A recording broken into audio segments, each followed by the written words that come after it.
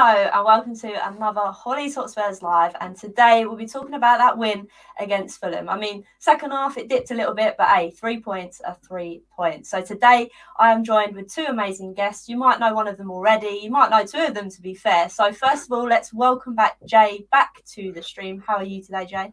Yeah, not too bad after another 3 points. Stressful game, but 3 points is 3 points. So in a good mood for now. Exactly, that's the way to look at it. And we've also got Max on the channel, also known as xDuoMax. How are you today, Max? Yeah, I'm very well, thank you. Hoping you can hear me all right, because obviously my technology has been awful recently, but it's good to be on the channel, so thanks for having me. No worries, cheers for coming on. But yeah, we can hear you loud and clear, so it's all good. So yes, let's dive straight into this game. Obviously, the lineup was pretty impressive. I'm not going to lie. I don't know how you guys felt about it, but it was pretty good. So let's start off with this new term that everybody's came up on Twitter as this SHAG terminology. Thought I'd get it in there straight away. So that obviously consists of Sonny, Harry, Alli, and Gareth. So Max, I want to come to you first. How amazed were you to see those in the starting lineup today?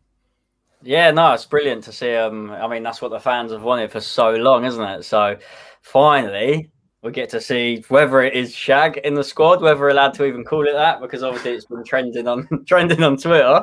But no, I think everyone's been wanting to see it. It's just, I want to be positive. Obviously, we come around with a victory. It's just not a convincing victory at all. I think that goes without saying. I mean, DELE, obviously, unfortunate not to get the goal, going down as an own goal, but.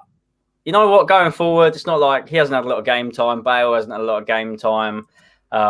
Son's looking a bit tired. I think if we were to rest maybe Son and then just get the ball rolling. But this is definitely the four we definitely want to see going forward, because they can make chances going forward, and then that's what we want to see. But lucky with the 3 points definitely today. Yeah, exactly. And I like the fact that you highlight, obviously, that's the combination all of us fans wanted to see. And obviously to see DELE and Bale on the pitch at the same time is something as well. So obviously, Jay, I want to come to you. Obviously, last podcast we were talking heavily on Bale. Do you think today maybe we need to give a bit of credit to DELE? Do you think DELE's performance warrants a bit of credit? It shows a lot of, going to sound like Brendan Rodgers, it shows a lot of character to be out of a team for so long, and then to, after a couple of games, after all of the stuff in the media, to kind of work your way back in the squad. His performance today, obviously, like we said, I think we're all gutted for him. I think he knows that even though it doesn't go down as his goal, everyone will see it as his goal. If he's not there, it doesn't go in.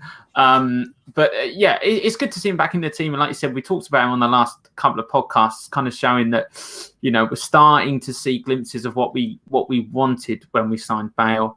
And then obviously with DELE, we know what a good player he is.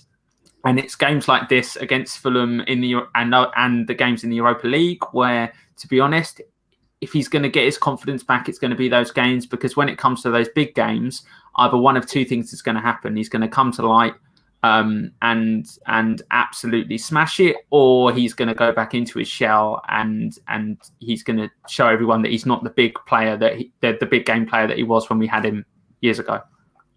Yeah, exactly. And I think confidence is a real thing, because like we've already touched on, and like Matt's come and said, obviously he was heartbroken that the DELE Alli goal got taken off. And I think with DELE, it is a confidence thing at the moment. I feel like you said, both of you have said actually, that he's been taken out the side. He's now coming back into the side.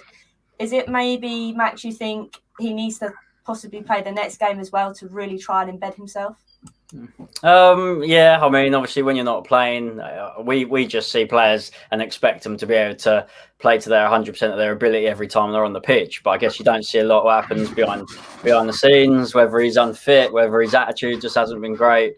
But as a fan's point of view, it's just great to see him back. And when there was glimpses tonight where the camera actually showed him with a big smile on his face, and it was just great to see, because those little smiles, they can do such a big thing for even just another player's confidence, just seeing DELE happy. Because if you're DELE's mate on the pitch, and I'd imagine obviously a lot of them are, but we know Son's obviously good mates with him. But if you're seeing your mate in getting on the score sheet, getting an assist, and they're enjoying their football, you're likely to enjoy your football as well.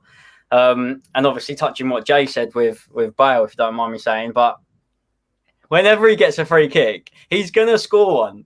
until we actually, every time he gets a ball, whether it's 10 yards out, whether it's 15, whether it's 30, I'm like, yeah, Bale time. But no, yeah, that's my thoughts on Del Boy anyway. So it's good to see him back. Just hopefully he stays in the side. That's the thing. I think we hope that he does as well. I think, like you've touched on, I think he's many fans' favourites at the moment. And to be honest with you, I'm glad that he's slowly finding his form again. Like I said, I think it'll take a couple of weeks. And I like how you touched on Bale as well, because obviously the amount of times he stood over that ball tonight, I was thinking to myself, one's got to curl into the corner here. Come on, it's got to happen. One day we're going to see one just flying top bins, yeah. It's going to be scenes after scenes. I think it'd be the fairy tale on the top of the cake as well, I think, to be honest, because I think I can already imagine the timeline. Well, I think even like he's playing against some Santander worker over in these foreign countries, and he cuts back, puts on top bins. Can you imagine he does that in the Prem, like a big game? It's just going to be mad. We'll definitely be back if that's the case. We can shut all rival fans up if that happens. Obviously, we slowly touched on Kane tonight, and I feel like maybe Kane and Son have slowly tapped off the gas, because there's opportunities for tonight, and I don't want to be too harsh on Kane because we all know the player Kane is, but I feel like tonight, Jay, do you think Kane is looking very tired? Because there was incidents tonight where normally you think he'd bury one. I think it was the first half of that header, and you think to yourself, got to go in the back of the net. So, Jay, what do you take on Kane tonight?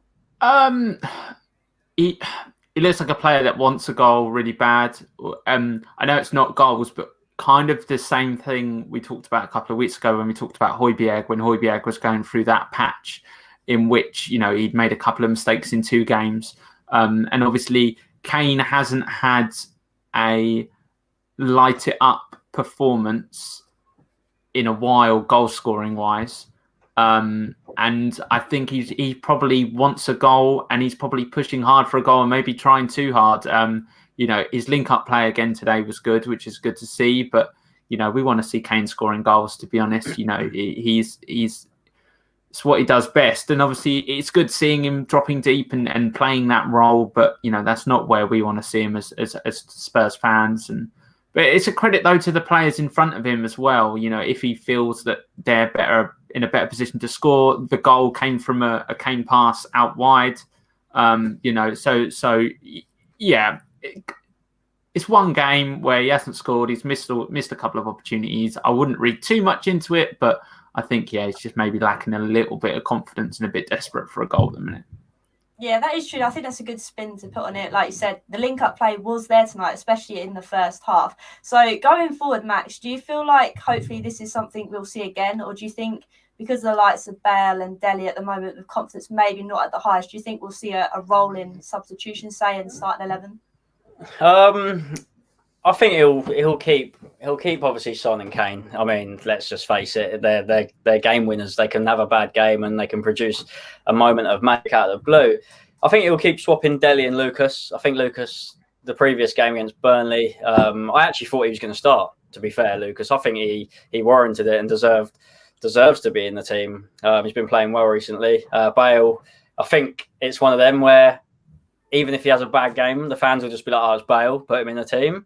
But it's going to come down to like the next opponent and whether Mourinho thinks he's going to be able to give him his all, because that right-hand side defensively, as we know, just isn't great. So sometimes was nice to see Bergwijn, because even though he wasn't, I mean, another player we haven't really even touched base on at all, and he's been left out because obviously Bale just overshadows that in terms of like social media and getting, well, everyone in the team smiling again. Everyone loves to see Bale, but Bergwijn's a hard worker. Lucas, another one. I mean, I was just going to quickly say, I think I was smiling when Jay was talking about Kane and saying about his like big games, but it's because you probably both agree, Kane has set the bar so high that an 8 out of 10 performance is just normal for him. So he can get an assist, he can get a goal, and then he's still not even spoke about anymore. Like, even my dad said, we're watching the game and 70 minutes gone, you go, oh, well, Kane, my dad goes, well, Kane hasn't scored in a while. I was like, he scored against Burnley. It's like, that's not a drought. Do you know what I mean? And it's like, it's so easy to criticise someone like, well, it's not easy to criticise him because he's so good, but when he's not dropping 10-10 performances, it's because some of these players will only drop 10-10 performances once or twice a whole season, as where he can do it every other game. and that's why it would be devastating if he left, and it would be devastating if he doesn't win anything. But that front four, I know I moved on a bit of the side. I went off topic a little bit. This is what I want to see. This is the four you want to see in form. That's the best four. Yeah. In terms of they're all different abilities and what they can do. So it would just be nice to see what happens going forward. Really, a big win tonight. Yeah, exactly. And I think, like you've touched on it, it's the business end of the season now. I think the fact that we've managed to get those crucial 3 points, and I know someone said they don't know how we managed to get the win tonight. And to be fair, second half, it's slightly true, but I think, like, when you look at it in hindsight, I think we just got the job done. I think, to be honest, maybe it wasn't the best way to maybe shut up shop, but it's 3 points, so I'm not going to complain that much. But moving away slightly from the attacking force, I just want to look at the defensive force. Now, there's been a lot of talk on Twitter about Matt Doherty, and obviously, without seeing Serge tonight, I don't know where he's been. I don't know what's going on. But for me, I don't think Doherty is the man. And I think Wolves have managed to create some sort of madness in being able to sell him to us. So, Jay, I want to come to you first. Your thoughts on Matt Doherty tonight? I saw a meme on before I came on the podcast, and I think Matt's is laughing because he might have seen the same one. But it's the Impractical Jokers, and it's like, oh, pretend you're a Spurs fan, and it's a Spurs player, and it's him holding the shirt, and then it's all them laughing on the other side. Because obviously, those that don't know, he's an Arsenal fan. But yeah, it's just every time he puts the shirt on, I'm not convinced. I don't know who I struggle with more, Doherty. Davies actually didn't look awful tonight, which is a positive. He didn't look awful. But Doherty is just not very reassuring. Again, it goes back to what we said with Wolves. Wolves decided they were going to change their system from a 4 to from a 5 to a 4, and they knew that he couldn't do the job in a 4. So, you know, he's okay going forward, but we don't see him doing well going forward because he's having to defend all the time, which is plays against his strengths. So it's hard to judge him on because he's essentially playing out of position, essentially. I keep butting in. Oh, go for it. It's just every time you mention Davis and Doherty in the same sentence, I can't help but laugh. But like, we're a team going for top 4, and we've got some geezer that thinks he's in the Welsh Mafia just because he's mates with Bale on the left, and then you've got Doherty who just isn't a right back at all. Like, what is going on? It looks like at times we've just got 2 centre backs and then 2 wing backs that just don't have a clue what they're doing. I mean, Reggie, yeah, he must have just been unfit. I don't really know why he wouldn't have chose to start him tonight, because it was a strong lineup, and you want to be seeing your best team, obviously, because Davis is the sort that puts you in trouble. But Doherty, it's tough because you want to defend him. Like, you don't want to sit here and slag a Spurs player. I mean, we were all slagging Serge Aurier the other day. I mean, well, it feels like the other day, obviously. Like, the last time I was at a Spurs game, we were slagging him, and that was obviously last year. It just shows how quickly football can change. I mean, I would have loved Serge Aurier at right back tonight, and that just shows everything. I don't even mind Aurier, you know. He's got a mistake in him, don't get me wrong, but he's got that. At least he'll clatter someone. At least he'll just put a foot in, and Doherty just doesn't want to do that. I don't know where Doherty plays. I honestly don't. I don't know where he plays. No, I don't know what his favourite position is. I mean, Jay's touched on it, but I don't know how that's going to work in the way and the style we play. Obviously, he linked up quite well with Bale in the game before, but again, tonight it just wasn't there. It just wasn't clicking. And again, I know that in recent weeks, obviously, the back 4 has been pretty horrendous. I think the only 2 players tonight that caused me frustration is, like what we said, Matt Doherty. But I thought tonight the centre-back partnership was all right. And I think there's this running theme at the moment. If Toby is with Sanchez, it seems to be going okay. So, Jay, I want to come with you. What do you make of that back 2 centre-back partnership tonight? I think as the same as kind of what I said when I came on last time. I think the minute Toby is our best defender, in my opinion, and anyone that plays alongside him, be it Sanchez, be it Rodon, Tanganga, even Dyer, I think any player that plays alongside Toby is automatically a better centre-back playing alongside him. I think he's a leader on the field. He's got a cool head. He's very mature. For me, yeah, he's, you know, I don't know if it's a psychological thing. I mean, we've all been there. We've all been there playing football, you know, and you have to play with the kid that you know is not that good. And then automatically you're worried that you're not going to play as good. You know, it's exactly the same thing. But when Toby comes on, you think, oh, yeah, don't worry about it. He's there. He'll sort me out if I make a mistake, or he'll pick me up if I need this, you know. So, again, it's our best centre-back partnership at the minute, definitely. Yeah, no, I agree. I mean, I slightly disagree with the Dyer comment. I just feel like Dyer's ego and Toby's presence just don't suit well. And I think tonight with Sanchez, like you said, and Jack's commented, I think he's slowly coming on. But coming to you, Max, do you think we've waited too long for Sanchez to try and prove his worth? I mean, he was so good in that first season and it's just kind of dipped. Do you think it's down to rotation all the time, him not finding his feet in the team? Brilliant. I just think it's that heavy price tag. So you see one mistake he makes and it's so easy for everyone to say, oh, it costs 40 million. Like, he shouldn't be making those sort of mistakes. Season by season goes on. And is he getting better? I don't think he is. He just looks a lot better when he's with the likes of Toby, because like Jay said, Toby has got that presence to make, because he's so good, and it doesn't go unnoticed because we all love him, but he's got the capability to make someone like Dyer look good, to make someone like Sanchez look good, because of positioning. Like, we don't see, because obviously when the game's getting played and when you're actually at the game, you don't really watch the centre backs, you just watch where the ball is.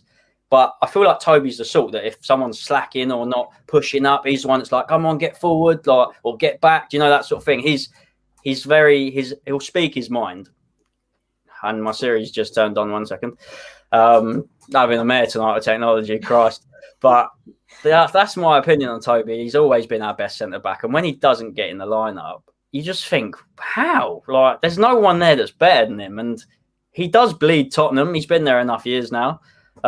He's got the best haircut on the pitch every week as well. So that's just another thing. I mean, if someone's going to learn how to have a haircut, it's Eric Dyer from Toby. Like, I can't talk with this, but this is lockdown. Dyer's got access to getting a trim, and he's got a Roadrunner M1 in his hair. Like, I just don't get it. Makes no sense. But yeah, that's my take on Toby anyway. My concern though with that, with obviously us saying about how good Toby is how many more years has Toby got in his legs? And then the concern from that also is how much longer can we wait on Sanchez or someone, doesn't have to be Sanchez, to step up into that Toby role that is that leader? Because that was the thing with Jan and Toby. We had two players that did that.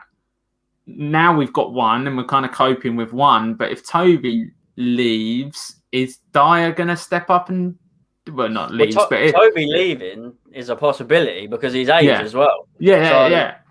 He's a ticking time bomb. And then, like you said, do you bring in another centre back to go alongside Toby for like one season and get like a really good partnership for one season, but then potentially win something? Or are we trying to get someone for the future? And like, well, you both know we're crying out for a trophy. So I'm more than happy to get experience in, get someone in to go along with Toby, and just make that defence a bit more certain. And a free kick, cross, corner, I mean, you'll know as well as I do. I'm not confident when there's a ball going into the box. So no.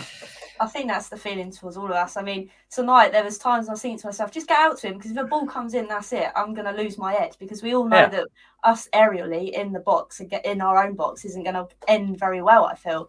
And I like the fact that you said you'd want experience in, because I think that's another theme with all of us. I feel like a trophy needs to happen sooner rather than later. And would I rather spend money on experience? Then yes, I would, because like we said, Toby's the biggest presence at the back, and I don't think anyone else can step up to that level at the moment. So moving slightly forward, I just want to talk about Hugo Lloris. Obviously, there's been talk in recent weeks that Hugo's on the way out, he's this, he's that. And I feel like sometimes we are quite rash to make these decisions. So, Max, I want to come to you first. What are your takes on Hugo? Because I think tonight he played really well. Hugo, I've always been a big fan of him, to be fair. The way I look at it is when fans start hating on him, you've got to think, what keeper right now in world football is as good as Hugo Lloris that you can just get that wouldn't go somewhere else? Do you know what I mean? Because we're not. Well, if Man City have a sniff, I know they've obviously got got their keeper sorted. Liverpool got their keeper sorted. There's other teams that could replace theirs, but Hugo, he can do another couple of years easy. He's a bit nerve-wracking when the ball's in the box. He doesn't come out enough. We know that. Shot stopping and penalties, he's proven in the past that he can win you games from big saves. So they do say your team starts from the back, and I think he's always up there, and he's always fighting to be the number one goalkeeper for us. It's just when he's captain, if I had to pick a little like bone with him, when he's captain, I'm just not a fan of goalkeepers being captains in general, because I feel like their presence isn't known as much. You need a centre-back or a centre-mid, someone to get stuck in, like Højbjerg. He will be 100% a captain in like future years to come or whatnot. But if you were to say, am I Lloris in or out, I'm 100% Lloris in, because there's no one else you're going to bring in that's his quality, experience, unless you're going to spend silly money. That's the thing. I don't think we have the funds to buy a new centre-back and a new goalkeeper to the level that we need them at. And I think that's quite true. And like tonight, I think he pulled off some decent saves. And coming to you, Jay, obviously, I want to touch on Lloris, because obviously, like Jade said in the chat, you were once a keeper. So we might as well fire away. I'm never going to live that down. I said that once on the podcast, and now it's just going to live with me forever. Hugo's a world-class keeper. It seems to be the theme with everything I say at the minute, and it does seem that with the players. Obviously, that 100th game, 100th clean sheet, I think was huge for him. I think it was in the back of his mind. Every game it was 99, and those happened to be the games where he was a little bit nerve-wracking to watch. But yeah, tonight was, in my opinion, a man of the match performance from Hugo. I thought he was quality tonight. What Max said is my biggest frustration watching him is that he doesn't come for the ball enough, which makes you rely on your defenders. And if anyone has played football, they'll know that the ball into the box, the moment, if it's not claimed by the time it's hit the 6-yard box, across or anything like that, the likelihood of the keeper reacting quick enough from any touch goalwards is minimal.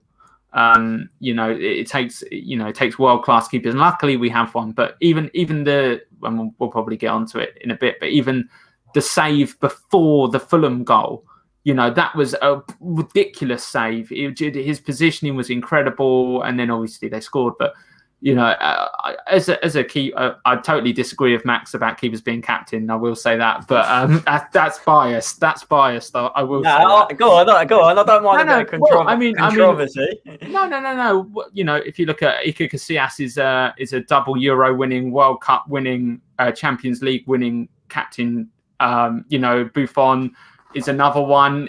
These are players that I there's only one position on the field. Can I let you talk? I'll say one thing and then I'll let you talk, I promise. Go on. Buffon and Casillas didn't have Davis and Doherty in front of them, right? That is a very good point. Casillas had Roberto Carlos, bro. I mean, yes, true for Real Madrid, but yeah, I know what you're saying. Like, obviously they're different players, but I'm saying, like, there's only one position on the field, and I'll say this openly, and I don't care if it gets clipped and put on Twitter, but Harry Kane should never be captain of Tottenham Football Club. He is a striker. Strikers cannot be captain. It is just not a thing. I would rather Toby had it. I would rather Pierre had it. Anyone but Kane. He's a striker. I'd rather Harry Winks have it. Like, do you know what I mean? Like, I just don't want a striker having the armband. But again, I think that's the keeper bias coming in of not liking strikers. But yeah, no, there's obviously been some big ones. I think like Oliver Kahn as well. Yeah, he was captain for Germany, and then you think, look at the players that are in that Germany side. So yeah, I won't. All right, if I had to take it back a tiny bit, I wouldn't say they can't be. I just really prefer if they're not. Oh yeah, well yeah. The ideal captain is a centre back or a defensive midfielder or someone like that. I agree with you on that. It's just my goalkeeper senses were like that. What are you saying? They were tingling. You wanted to come out, but you wanted to come out. I could see him going for it. I was like, I better talk to Jay next because he'll want to say something. But regardless, I mean, we've obviously touched on Hugo, and like Jay touched on, obviously there was a goal decision that did happen, and I think Hugo wasn't going to be able to get to it because it was pretty much in the corner. But obviously, Tottenham being Tottenham, we somehow got some luck going our way. So, Max, I want to come to you. What did you make of the handball situation? I'm sat here probably in I'm still in disbelief that we've actually managed to take away all 3 points, because if I'm a Fulham fan, I'm thinking I've been absolutely robbed. The reverse angle where Sanchez just literally boots it away from under his feet. I know he's not going to be expected to hoof it up to the halfway line from there, but forgive me, I can't remember who it was that handballed it, but it's by his side. Like, where else is he meant to put his arm? And when it's come to you literally from 5 yards away, it's if that's the other way around, let's say they've just booted it at Kane's arm and whatnot, and Son's tapped it in 1-0, like, we're fuming Son about that, absolutely fuming. So it's just silly. It's every game there is at least one VAR decision that seems to affect someone scoring, the result, someone getting a late winner, the ball going out for a throw. That's going to be next. It's just. And on this time, we came away lucky. We got the decision, come away 3 points, and we won't look back at that. We just think, oh yeah, we beat Fulham 1-0. Do you know what I mean? So it's hard on Fulham. And am I sorry? Not really, because it's happened to us. It's happened in that Champions League final, which yeah. That's the thing. I think it's kind of leveled itself out. Obviously, there was that controversy where Lucas Moura went down at the start of the season, I think it was, and he didn't have any clue where the ball was.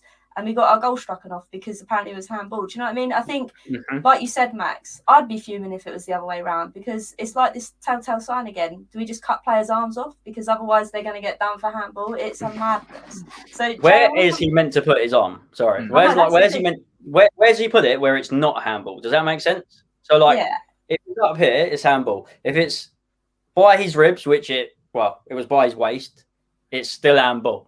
So how is it not? Is he meant to put his hand up his shirt? I don't actually know what he's meant to do. That's the thing. Like, it gets to the point where it's so silly. You need a bit of common sense in there, and I don't know whether it's because refs are worried that, again, it's down to an opinion of a ref, which at the moment is sending us a bit crazy. Because again, in hindsight, another game, one ref might give it, another ref might not. So maybe that's why the rule is the way it is. But Jay, what was your take on it? Do you think it was harsh on Fulham? Do you think the rule maybe needs to be looked at again? I think the criticism needs to be aimed at the rule, not the decision.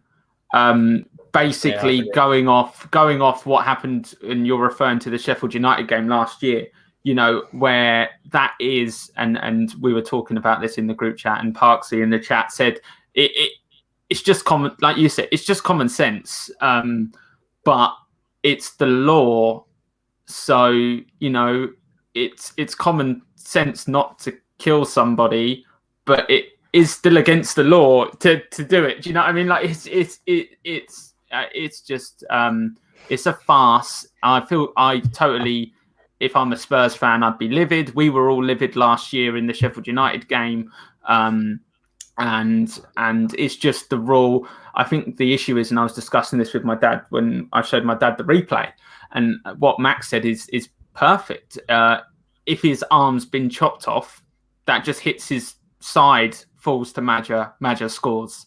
Like, it makes no difference. But because the guy that wrote the laws, that's never played football in his life, said that if it hits a hand and it goes in from hitting the hand, then it's no goal.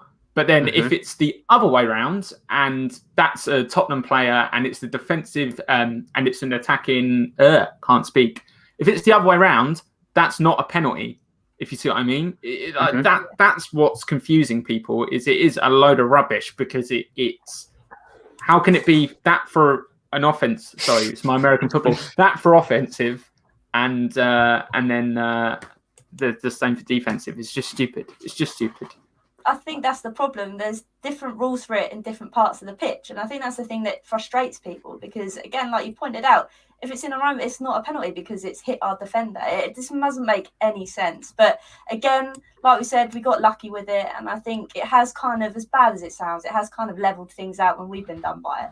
But again, should that really be a thing that's happening? No. But sadly, that's how football is turning into at the moment. And that's another question in itself. Is it VAR that's the problem? Is it the people that are doing holding the VAR's problem? It's just a massive mess, to be honest. And obviously going from that, we managed to, after that, turn into a bit of a snooze fest. And I thought from there we'd kick on. But Max, it wasn't really happening. So what did you make of the subs that Jose implemented? Do you think it was the right ones to bring on?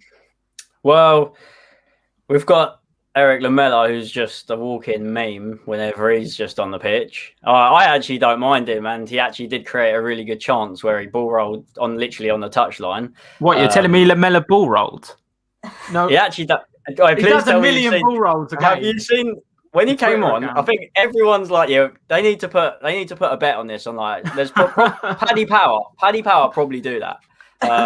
Obviously, other bookmakers do apply out there as well. I said to Dad straight away, the first thing I'm looking for is a ball roll. Like, just book him for doing a ball roll, because then he might actually make a chance instead of trying to do a bit like a boner or some stupid skill. But the sub, who was it Lamela went off for? Was that for Bale? Was that one for Bale? Or was that for... I'll write it down. Oh, I can't actually remember. Ndombele went off. Okay, fair enough. I mean, Ndombele had a bit of a quiet game, fair play to him. I mean, not that he even had much of the ball. The whole second half, I felt like we didn't have the ball. I looked at the bottom of the screen, I think, when Lamela come on, it was like 70th, 75th minute. And I was like, where on earth's this time gone?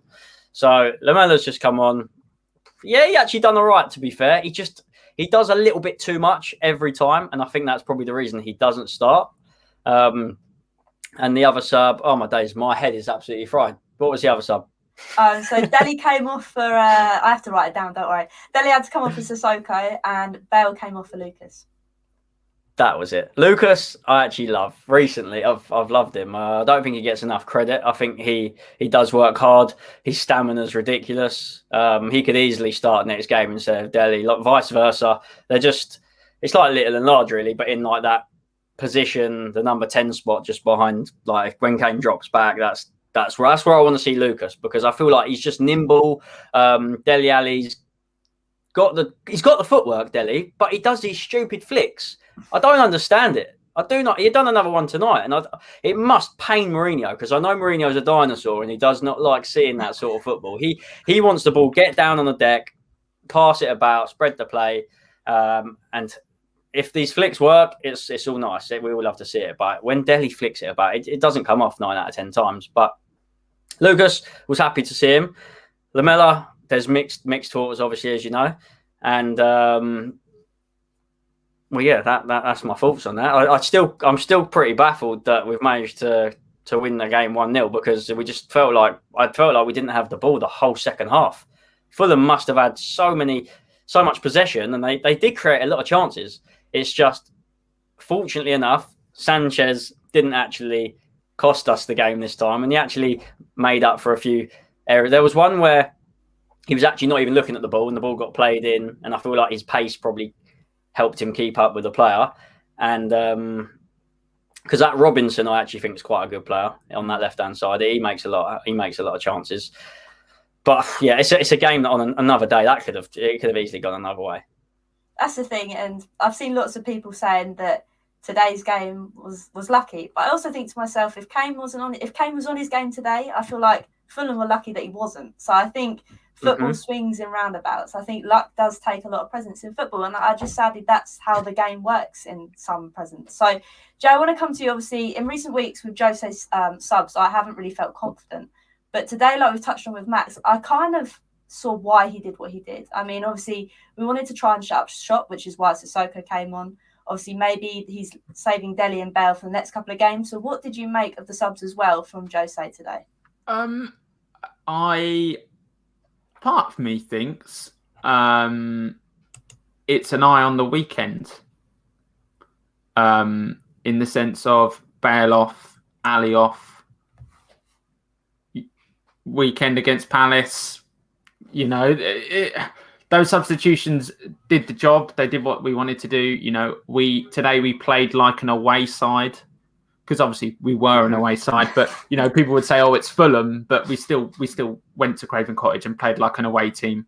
We sat back, got the goal that we needed. Then it got a little bit cagey, and we thought, yeah, well, Dele Alli doing his flicks isn't going to do us any favours, so let's take him off. I think the one that Max is, I think he's referring to, is the one where he was like on the sideline, and it like went into a Fulham player who was then on the attack, and it was like he could have just like kicked it down the line or done anything. Yeah, his head just doesn't think like. No, I'm sorry to cut you off again. No, it's fine. It's fine. It's just if I don't say it now, I'll forget, and it will bug me. But no, you're right. His head is all thinking, the camera's gonna see this and all that. And I don't know whether that's just down to his age and whether because he's always been in the papers and the press, and he's always been talked about from a young age. So it's because we know Dele from being that player that can produce a bit of magic and skill, but there's a time and a place, and you don't need to do it when you're 1-0 up, and you know our defense is as shaky like as it has been all season. You don't need to give the ball away on the halfway line. Like, you just don't.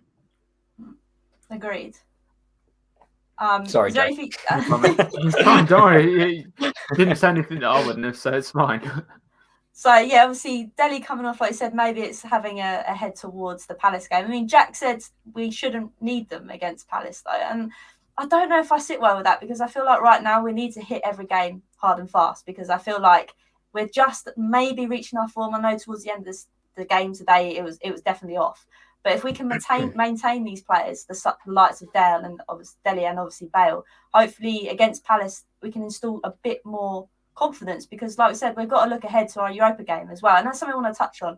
So obviously, Jay, I'll just come back to you. Obviously, we've got Europa League after the Palace game, and obviously with hindsight of all those games coming up thick and fast, do you feel like now is the time that we do need to push on? Now, I say this every week, but in recent weeks, I think people have started to feel that we could possibly push for top 4 again. And as mad as that sounds and as crazy as that statement sounds, this season has been a madness. So, Jay, I want to come to you. Do you think the likes of maybe top 4 and Europa League are still well within our sights, basically? Top 4 is definitely within grasp, purely because everyone else is awful. That is the only reason that we are in the situation we're in. You know, like a couple of weeks ago, we're 12 points off 4th. Now I think we've got a game in hand, but I think if we won that, we'd be like 2 points off 4th or 1 point off 4th. Like it's wishful thinking, because it relies on teams, with the inconsistent form. Like Leicester are starting to fall off, which I've been chatting with my mates and stuff, kind of been hoping that they would do, because they've done it last year. There's no reason to say they wouldn't do it again this year. West Ham, obviously, they're not a Champions League team. I don't know why they're kidding themselves being up there. And yeah, so I think it's still on the cards with regards to the Europa League. The question is, do we prioritise the Europa League, or do we prioritise the North London derby? That game, the North London derby, is going to be, for me, the season-defining fixture, in the sense it's 6 points against Arsenal, who are, as much as we don't want to believe it, kind of breathing down our necks a little bit now, considering how much we were memeing them at the beginning of the year. So for me, I don't know, 1-0 against Zagreb at home, I'd be happy with, and then get a goal away, and then they've got to do all the work. Do you know what I mean? I think the Premier League needs to be a priority. We can't rely on winning the Europa League. I'd love to win it, but I think we should get top 4 and then go, okay, we've got Europa League in the bag, as in like got it as a reserve, rather than relying on a cup competition, because this is Tottenham Hotspur. We never feel safe doing anything. I totally agree. I feel like maybe it's too soon to put all our eggs in one basket. I mean, a couple of weeks ago, if you asked me the same question, I would probably say put all our eggs in one basket. But at the moment, because like you said, the league's so all over the place, obviously it's not what you think it would be this season. Like you said, probably is because other teams around us are playing awful, that we can kind of get away with dropping points here and there. So Max, I kind of want to get your feelings on it. Do you think, kind of like Jay said, do you think the North London derby will be a defining moment of our season right now, currently? It's just a game that you can't lose, especially like you said, when we're actually putting together, whether we're playing good or bad, we're actually getting some victories now. It's a game that it doesn't matter where you are in the league. You know, like it doesn't matter how many goals one team scored in the last game. You can go score 5-6 goals and be buzzing. And then the North London derby, the players, they can stand still because they know how big the game is. The fans know how big it is. And I just want us to go into it and just show that fight and character and just I love a North London derby. Everyone looks forward to a North London derby until about 5 minutes till kickoff, and then they're like, oh. Until they see Eric Dyer at the back with Sanchez. I don't even want to think about Toby being left on the bench for that game. But as long as we have the lineup that everyone wants to see, correct me if I'm wrong, just shout out if I say someone you don't want to see. But I want you. It's got to be Lloris at the back, Reggie, Toby, Sanchez, Aurier, Ndombele and Højbjerg, Son, Kane, DELE, and then on the right, do you go Bale? I mean, imagine Bale scoring. That free kick's coming against Arsenal. That free kick's coming. You wanted that free kick. That's where it's coming, man. It's happening. I'll tell you, if that's happening, I'm running down the street. I tell you. But why not? Why can't we just have a go at them? It doesn't matter what stadium it's at. For me, that's why the season's been so weird, because obviously COVID, no fans. It's literally just colourful seats. End of the day, that's literally all it is. It's not even like they've printed off the boards like they probably have, like they did for the Super Bowl or whatnot. But it's just like, Bidley agrees. He agrees, same 11. And I think, whether I do speak for a lot of Spurs fans, that is simply, if you watch Spurs week in, week out, that's our best side. Yeah. I don't understand why you wouldn't play that side. So it's a massive game, goes without saying, really. And it's a shame we can't really go. Like, I'd love to have tried to apply to get a ticket to go to that, because it brings back so many good memories. Like the one where Lloris over the top to Kane, and then Kane chests it down over the top to DELE, where he flicks it over the keeper. Like that goal, when I think of London derbies, of the Tottenham Arsenal, obviously, that's probably one of my favourites of recent times.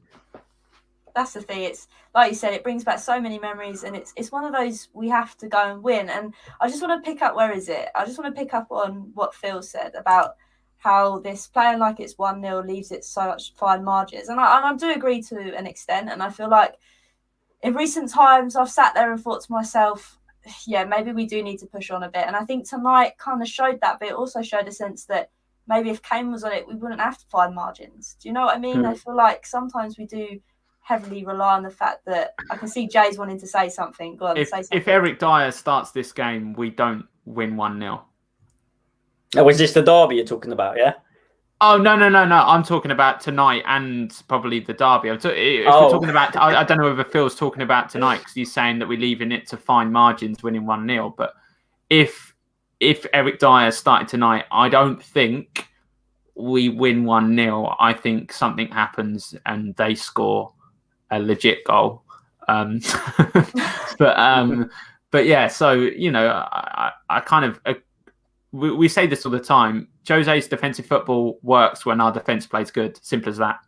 He built a legacy at Chelsea because he had, at the time, you know, arguably the best centre-back in the Premier League at the time in John Terry, and his defence was so experienced and so talented that there was no way that we can look at, you know, replicating that with, as Max has said many a time, with Doherty and Davies in this team. There's no way that we can play this amazing defensive football with those fullbacks. There's no way. Welsh Mafia. That's Mafia, yeah. You have that etched on my brain. That's all I'm seeing at the moment. It's driving me nuts.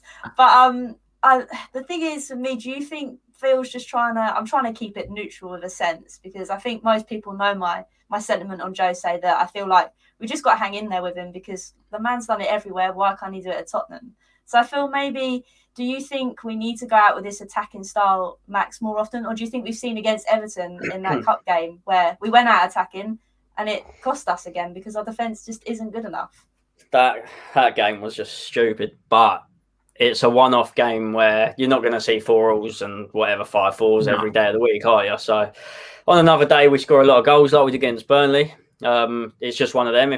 If we've got the ball majority of the game, we're going to win the game because we've got so many players. We've got so many players that can harm other teams' defences. I mean, if you're lining up against Kane, Son, Bale, DELE, or whether it be Lucas, in the form that they can be in, like, it must be horrible to come up against. I wouldn't want to come up against just Son and Kane on themselves.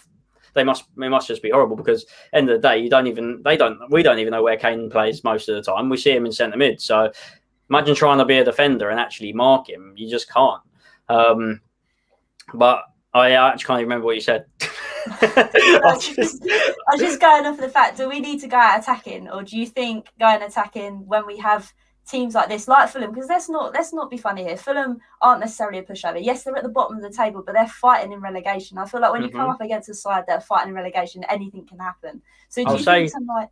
I'll say it quick. Yeah, go on. Sorry, and then I'll let Jay talk. No, go for it. So, like I was saying, the 4-0 at Burnley, where we're just attacking teams, we've got the ball 90% of the time. So we're going to hurt teams. If you don't have the ball, they can do exactly the same to us. So like Everton did, it's just literally back and forth. And as exciting that is to watch as a neutral, it's horrible as a Spurs fan. But you fix that defence, and I'm not bothered, because if you can look at your back four and be comfortable that they're only going to concede a maximum of like 2 goals a game. I know it sounds a lot, but if you've got the capabilities to score 3 or 4 each time, then that's what Liverpool were doing, right? I know that's exactly, they had Van Dijk. They had that solid partnership with him, whether it was Matip or whether it was Gomez. But you can't tell me that when we played Liverpool last season or whatnot, when Van Dijk was fit, you were like, oh my God, I can't wait to get at this defence, because you were like, bloody hell, Van Dijk is a beast. And if you're a Liverpool fan, you were excited to see your team play because you weren't conceding. You have the best right back, left back in like that league with the assists going up and down, like when we had Walker and Rose, which we missed terribly. I just think, at the moment, our best way, while we've got a poor defence, why not just attack? Use our tools. You can only use the tools that you've got. And Son and Kane, they're putting numbers on the board all season. So why not? Let's just go attack teams. It's how we play our football. We know how that's the best way Tottenham play. Dele's also, that's why DELE hadn't been playing. We can only imagine from that little cut scene where it's, where it says, all this defensive play or whatever, tracking back. Who knows that management hasn't seen DELE saying that? I'd imagine if we've seen it, they've seen it. So it only takes a little comment like that, upset some players, upset a team, and then it just all has a knock-on effect. But before I waffle even more, the attack is always the best form of defence. And I've always been a striker back in my day. So I say back in the day, like I'm getting on a bit, but I've just got no fitness. That's all. No, I do agree with what you said. And to be fair to you, I have stuck by that motto in many times. Like, the best line of defence is to attack. But I just feel this defence just isn't capable of being able to do anything if they do come under pressure. And Jay, I want to come to you quick, just to maybe put it on the flip side, because I feel like maybe sometimes like you might have a different view to Max. So what's your opinions on the whole style? I think I don't know, it's difficult. I don't want to sound like I'm repeating the same points, but I would love to watch Tottenham play attacking football. I'd love it.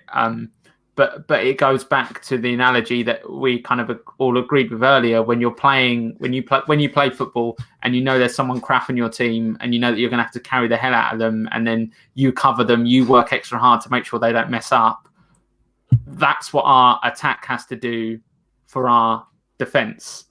So we see defensive football, but part of me thinks, okay, yeah, it's Jose.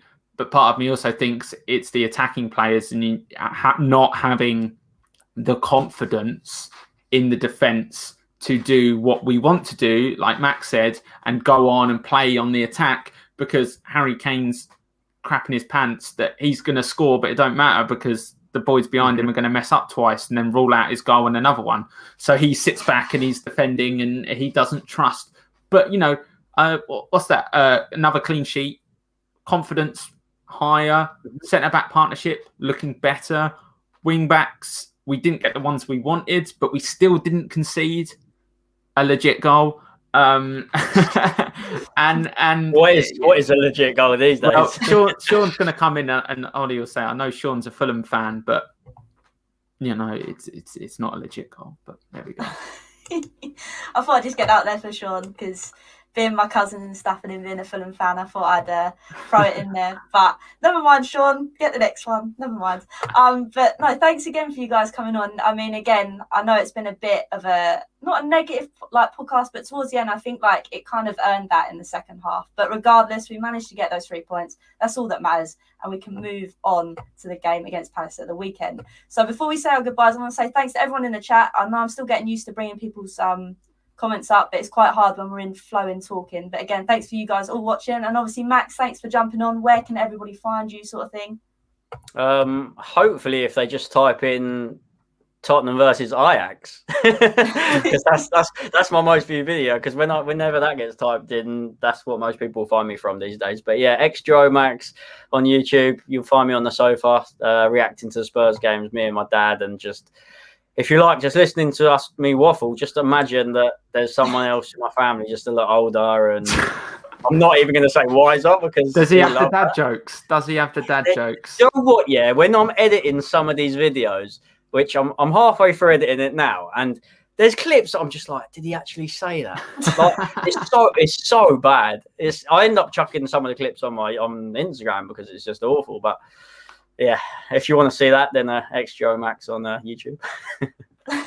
I love it, Max. This is the reason why I can't do watch-alongs, because I'd say so much crap that wouldn't even be worth my time to edit. Do you know what? I'm actually, because I think this is wicked that you've started doing live streams, and if I don't do it, I'm going to fall behind. So I need to jump on the trend. But I've said I'm going to do it. I'm going to do it for the cup final. I'm going to do a watch-along with my dad. So.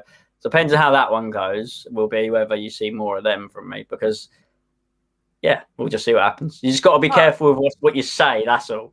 Yeah. That's the thing. I'd be very clip-worthy because like this, I've already thought about what I'm going to say and how's it going to go, whereas if you're watching me watch Spurs, I've probably shouted something I shouldn't. But that'd be my least favourite thing is watching Spurs with you. It's my least favourite thing.